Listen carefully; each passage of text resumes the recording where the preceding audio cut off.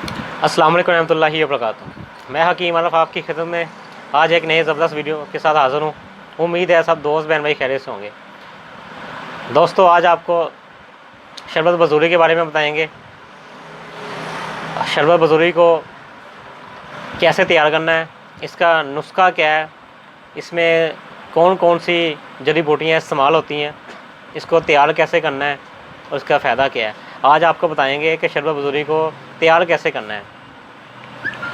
तो ये सामान आपके सामने पड़ा हुआ है।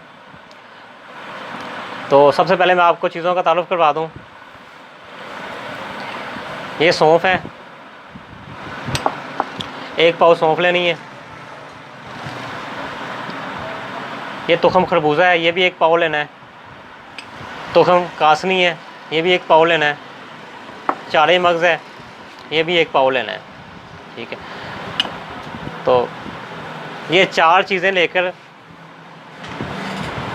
इसको आपने जो है ना, इसका शरबत तैयार करना है। तरीका क्या है, इसको तैयार कैसे करना है, तो इससे पहले मैं आपको बताऊं कि शरबत बज़ूरी को तैयार कैसे करना है। एक बार हमारे चैनल को सब्सक्राइब कर दें ताकि हम जो भी नुस्खा या वीडियो बनाया करें वो बर वक्त आपको मिलती रहे। दोस्तों, वीडियो को शुरू से लेकर आखिर तक ज़रूर देखा करें, इसको स्किप ना किया करें। शुरू से लेकर आखिर तक देखेंगे फिर ही आपको पता चलेगा कि जो चीज़ हम बता रहे हैं या नुस्खा जो आपको बता रहे हैं उसको तैयार कैसे करना है। दोस्तों, वैसे तो शरबत बज़ूरी में आप इन चार चीज़ों के अलावा और भी बेशुमार चीज़ें डाल सकते हैं। ये चार चीज़ें तो आप देख ही रहे हैं, सौंफ, कासनी, चारे मगज़ और तुखम खरबूजा। इसके अलावा और क्या चीज़ें आप डाल सकते हैं वो भी आप नोट कर लें, वो मैं आपको बता दूं। सौंफ की जड़ें डाल सकते हैं इसके अंदर, कासनी की जड़ें डाल सकते हैं, तुखम कसूस डाल सकते हैं, गुल नीलोफर डाल सकते हैं। तो ये चीज़ें डालकर भी शरबत बज़ूरी तैयार हो सकता है। तो शरबत बज़ूरी के क्या फ़ायदे हैं वो आप नोट कर लें। इससे पहले मैं आपको फ़ायदे बताऊँ, एक बार हमारे चैनल को सब्सक्राइब कर दें ताकि हर आने वाली वीडियो आपको बर वक्त मिल जाया करे। जैसे आप सबको पता है कि शरबत बज़ूरी मसाने की गर्मी के लिए और मेदे जिगर की गर्मी के लिए इस्तेमाल होता है। इसके अलावा और इसके क्या क्या फ़ायदे हैं वो आप नोट करें। जिन दोस्तों को गुर्दे मसाने में पथरी हो जाती है, पथरी खारिज नहीं होती, वो इसका इस्तेमाल ज़्यादा से ज़्यादा करें। ये पथरी को जो है ना तोड़ कर रेज़ा रेज़ा करके खारिज कर देता है।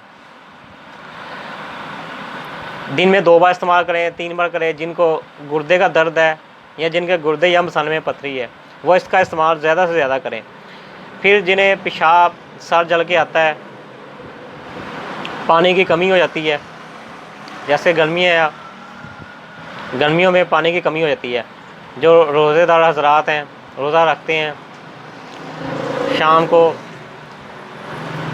जिस्म में ताकत नहीं रहती, जिस्म निडाल हो जाता है, पानी की कमी हो जाती है, तो इफ्तारी के वक्त इसको इस्तेमाल करें। जब आप इफ्तारी के वक्त इसको इस्तेमाल करेंगे, एक तो इससे पानी की कमी पूरी हो जाएगी, दूसरा पेशाब खुल के आएगा। पेशाब में अगर जलन हो, पेशाब सर जल के आ रहा हो, तो इसका इस्तेमाल ज़्यादा करें। लाजमी नहीं है कि रमज़ान के दिनों में ही ऐसा मसला होता है।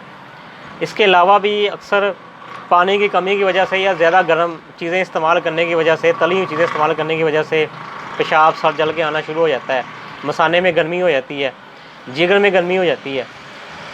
जो मेरे दोस्त बहन भाई जिनके जिगर में गर्मी हो जाती है, जिनका SGPT या SGOT लेवल ज़्यादा हो जाता है, वो इसका इस्तेमाल करें। SGPT और SGOT शरबत बज़ूरी इस्तेमाल करने से दिनों में ये गर्मी जिगर की कम हो जाती है। दोस्तों, तो अब आपको बताते हैं कि इसको तैयार कैसे करना है। अभी आपके सामने इसको दिखाएंगे, आपकी आंखों के सामने इसको तैयार करके साथ साथ आपको बताएंगे कि इसको तैयार कैसे करना है, इसमें चीनी कितनी डालनी है। तो अभी ये आपको दिखाते हैं। ये पकने के लिए रखा हुआ है, थोड़ी देर बाद ऐसे हिला दिया करें। आने के 15-20 मिनट बाद इसको आपने 1 घंटा पकाना है